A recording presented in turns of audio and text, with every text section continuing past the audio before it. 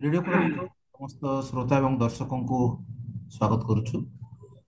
ଆଜି ଏକ ବିଶେଷ ଚର୍ଚ୍ଚା, ବିଶେଷ ଆଲୋଚନା। ଏବେ ଯେତେବେଳେ ଆକାଶରେ ବିମାନଟିଏ ଚାଲିଯାଏ କିମ୍ବା କେଉଁଠାରେ ମିଜାଇଲଟିଏ ନଷ୍ଟ ବିନଷ୍ଟ କରିଦିଏ, ସେତେବେଳେ ଅନେକ ନୂଆ ଶବ୍ଦ ଶୁଣିବାକୁ ମିଳିଥାଏ।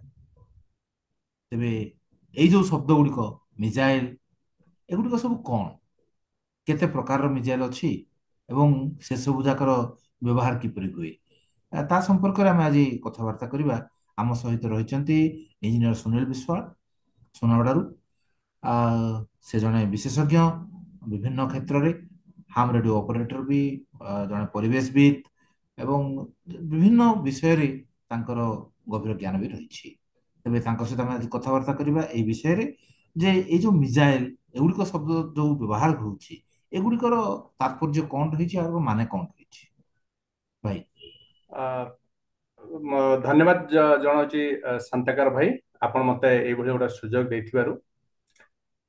ମୁଁ ଏଠି କହି ରଖିବା ପାଇଁ ଚାହିଁବି, ଅ, କୌଣସି ପ୍ରକାର ଯୁଦ୍ଧ କୌଣସି ଗୋଟେ ସ୍ଥାୟୀ ସମାଧାନ ନୁହେଁ। କିନ୍ତୁ ଭାରତ ଅ, ଅନେକ ଦିନ ଅପେକ୍ଷା କରିବା ପରେ ଯୁଦ୍ଧରେ ଓହ୍ଲେଇଛି। ତେବେ ଆଜିର ଆମର ଯୋଉ ଅ, ଆଲୋଚନାର ଯୋଉ ମୂଳ ପ୍ରସଙ୍ଗ, ଯେ ମିସାଇଲ କଣ, ମୁଁ ଚେଷ୍ଟା କରିବି ଯେ ଜଣେ ସାଧାରଣରୁ ସାଧାରଣ ଲୋକ ମିସାଇଲ କହିଲେ କଣ ସେଟା କେମିତି ବୁଝିବ। ଦେଖନ୍ତୁ, ପ୍ରଥମ କଥା ହଉଛି ମିସାଇଲ ହଉଛି, ମୁଁ ଯଦି ଗୋଟେ ଟେକାଟେ ପକେଇଲି ଜଣେ ଲୋକ ଉପରକୁ, ସେ ଟେକାଟା ହଉଛି ଗୋଟେ ମିସାଇଲ। ଏବଂ ମୁଁ ଯୋଉ ଲକ୍ଷ୍ୟ କରି ପକେଇଥିବି ସେ ଆଇଦର ଲକ୍ଷ୍ୟସ୍ଥଳରେ ଯାଇକି ବାଜିବ, ନହେଲେ ବାଜିବ ନାହିଁ। ସେଇ ଟେକାଟାକୁ ମୁଁ ଯଦି ସେଥିରେ କୌଣସି ବିସ୍ଫୋରକ ପଦାର୍ଥ ତା ସହିତ ଯୋଡ଼ିକି ତାକୁ ଫୋପାଡ଼ିଲି, ତାହେଲେ ସେଟା ହେଇଯିବ କଣ ନା ବ୍ୟାଲିଷ୍ଟିକ ମିସାଇଲ। ତେଣୁ ପୁଣି ଯଦି ମୁଁ ଯେତେବେଳେ ଫୋପାଡ଼ିଲି, ଯଦି ଲକ୍ଷ୍ୟସ୍ଥଳରେ ବାଜିଲା ଆଉ ବିସ୍ଫୋରଣ ହେଲା, ତାହେଲେ ବହୁତ କ୍ଷତି ହବ।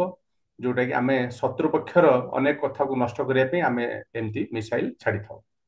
ଏଇଟା ଆଉ ଗୋଟେ କଥା ଆସୁଛି ଯେ ମିସାଇଲ କେତେ ଦୂର ଯିବ, ତାର ଯୋଉ ତାର ଯୋଉ ଯୋଉ ଯୋଉ ସୀମାରେଖା ଭିତରେ ସେଟା କାମ କରିବ, ସେଇଟା କ୍ରମଶଃ ଦିନକୁ ଦିନ ବଢି ଚାଲିଛି। ଆଗରୁ 500 ମିଟର, 1 କିଲୋମିଟର ରୁ ବଢି ବର୍ତ୍ତମାନ ଯୋଉ ସବୁ ମିସାଇଲ ବର୍ତ୍ତମାନ ସବୁ ଅଛି, ଇଭେନ ଆମ ଭାରତ ପାଖରେ ବି ଅଛି, ସେଗୁଡାକୁ କୁହାଯାଉଛି ICBM, inter continental ballistic missile. এই ইন্টর কন্টিনেন্টাল বালিস্টিক মিসাইল মানে আন্তর মহাদেশীয় বালিস্টিক মিসাইল। ইন্টর কন্টিনেন্টাল ବାଲିଷ୍ଟିକ ମିସାଇଲ ଗୋଟେ ବହୁତ ବଡ ତାର ଗୋଟେ କାପାସିଟି ଅଛି। ସେଟା କୁହାଯାଏ କ୍ରୁଜ ମିସାଇଲ। କ୍ରୁଜ ମାନେ ଆପଣ ଆମେ ଆଗରୁ କଣ ଟେକାଟେ ଫୋପାଡ଼ିଲେ ଆମେ ଲକ୍ଷ୍ୟ କରିକି ଫୋପାଡୁଥିଲେ, ବାଜୁଥିଲା, ମିଶି ଯାଉଥିଲା। କିନ୍ତୁ ଏବେ ଯୋଉ କ୍ରୁଜ ମିସାଇଲ, ସିଏ ଗୋଟେ ଜାଗାରୁ ଆଉ ଗୋଟେ ଯିବା ପାଇଁ ତାର ଯୋଉ ରକେଟ ବ୍ୟବସ୍ଥା ବା ଯୋଉ ଯିବା ପାଇଁ ଯୋଉ କ୍ଷମତାଟା, ସେଟା ସେଥିରେ ଇନବିଲ୍ଟ ଥାଏ। ଏବଂ ସିଏ ଆଗରୁ ତାକୁ ଆମେ ଯୋଉ ପ୍ରୋଗ୍ରାମ କରିଥାଉ ଯେ ଏଇ ଅକ୍ଷାଂଶ ଏଇ ଦ୍ରାଘିମାରେ ଅମକ ବିଲ୍ଡିଂ ଉପରେ ଯାଇକି ମାନେ ପଡିବା ପାଇଁ, ସେ ଠିକ ସେଇ ଜାଗାରେ ଯାଇକି ପହଞ୍ଚେ। ଏବଂ ଯିବା ବେଳେ ଯଦି କୌଣସି ପ୍ରାକୃତିକ ବାଧାବିଘ୍ନ ଆସେ ବା ପ୍ରାକୃତିକ ଗୋଟେ ଭୂମି ରୂପ ଦେଇକି ଉଡିକି ଯାଏ, ଧରନ୍ତୁ ହିମାଳୟ ଅତିକ୍ରମ କରିବ ବା ସେମିତି ଗୋଟେ ପର୍ବତ ଶ୍ରେଣୀ ଅତିକ୍ରମ କରିବ, ଏବଂ ସେଥିରେ ଆମେ ଏମିତି ବ୍ୟବସ୍ଥା କରିଥିବା ଯେ ଲୋ ଅଲ୍ଟିଚ୍ୟୁଡରେ ଉଡିକି ଯିବ, ଯେମିତି ଶତ୍ରୁ ପକ୍ଷ ରାଡାର ତାକୁ ଦେଖି ପାରିବ ନାହିଁ। ଏ ସବୁ କ୍ଷମତା ସେ ମିସାଇଲ ଭିତରେ ଅଛି। ତେଣୁ ସ୍ଥଳ ବିଶେଷରେ କୋଉ ପ୍ରକାର ବାଧାବିଘ୍ନକୁ ଆମେ ଅତିକ୍ରମ କରିବା, ତାକୁ ନେଇ ଆମେ ସେଇ ଯୋଉ ଯୋଉ ICBM ବା ଇଣ୍ଟର କଣ୍ଟିନେଣ୍ଟାଲ ବାଲିଷ୍ଟିକ ମିସାଇଲ, ଯୋଉଟା କି ଆମେ ବି କହିପାରୁ କ୍ରୁଜ ମିସାଇଲ, ତାକୁ ଆମେ କାମରେ ଲଗେଇଥାଉ। ଆମେ ଅନେକ ସମୟରେ ଶୁଣିଥାଉ ଅଗ୍ନି, ତ୍ରିଶୂଳ, ଏମିତି ସବୁ ଯୋଉ ଶୁଣିଥାଉ, ଏସବୁ କେବଳ ସେଇ କ୍ରୁଜ ମିସାଇଲ ହିଁ। ତେଣୁ ଆଜି ଆମ ସାରା ଭାରତରେ ଯୋଉ ମକ୍ ଡ୍ରିଲ କରାଯାଉଛି, ଯେ ଏଟା ହଉଛି ଆମର ନିଜର, ଆମେ ଯଦି ଶତ୍ରୁ ପକ୍ଷକୁ ଛାଡିବା, ଏଟା ଆମର କ୍ରୁଜ ମିସାଇଲ। କିନ୍ତୁ ସେମାନେ ବି ଆମକୁ ଆଟାକ କରିପାରନ୍ତି। ତ ସେମାନେ ଆମକୁ ଆଟାକ କଲେ, ପ୍ରଥମ ଆମ ଭାରତର ଯୋଉ ଯୋଉ ଲେୟାର ଅଫ ଡିଫେନ୍ସ ଅଛି, ସେଟା ହଉଛି ତାଙ୍କୁ ଡିଟେକ୍ସନ କରିବା। ରାଡାରରେ ଆମେ ତାଙ୍କୁ ଦେଖିବା ଯେ ସେମାନେ ଆସୁଛନ୍ତି ନାହିଁ। ଯଦି ଆସୁଛନ୍ତି, ତାହେଲେ ତାଙ୍କୁ ବିନଷ୍ଟ କରିବା ପାଇଁ ଆମ ପାଖରେ କାଉଣ୍ଟର ମେଜର୍ସ ଅଛି। ଏମିତିକି ଭାରତ ପାଖରେ S-400, ଯୋଉ ଇସ୍ରାଏଲ ଯୋଉଟା ଆଇରନ ଡୋମ, ସେ ଟେକ୍ନୋଲୋଜି ବର୍ତ୍ତମାନ ଭାରତ ପାଖରେ ଅଛି। କିନ୍ତୁ ତା ସତ୍ତ୍ୱେ ବି ସେଇଟା ତ ଯେମିତି ବର୍ଷା ହେଲେ ଛତାରୁ ଆମେ ରକ୍ଷା କରିବା, ରକ୍ଷା ପାଇବା, ଛତା ଛତା ଦ୍ୱାରା ବର୍ଷାରୁ ରକ୍ଷା ପାଇବା। କିନ୍ତୁ କଣ ସମସ୍ତଙ୍କ ହାତରେ ଛତା ଥିବ ବୋଲି ସବୁବେଳେ ମାନେ ନାହିଁ, ବା ସବୁ ଜାଗାରେ ଛତା ଥିବ ବୋଲି ମାନେ ନାହିଁ।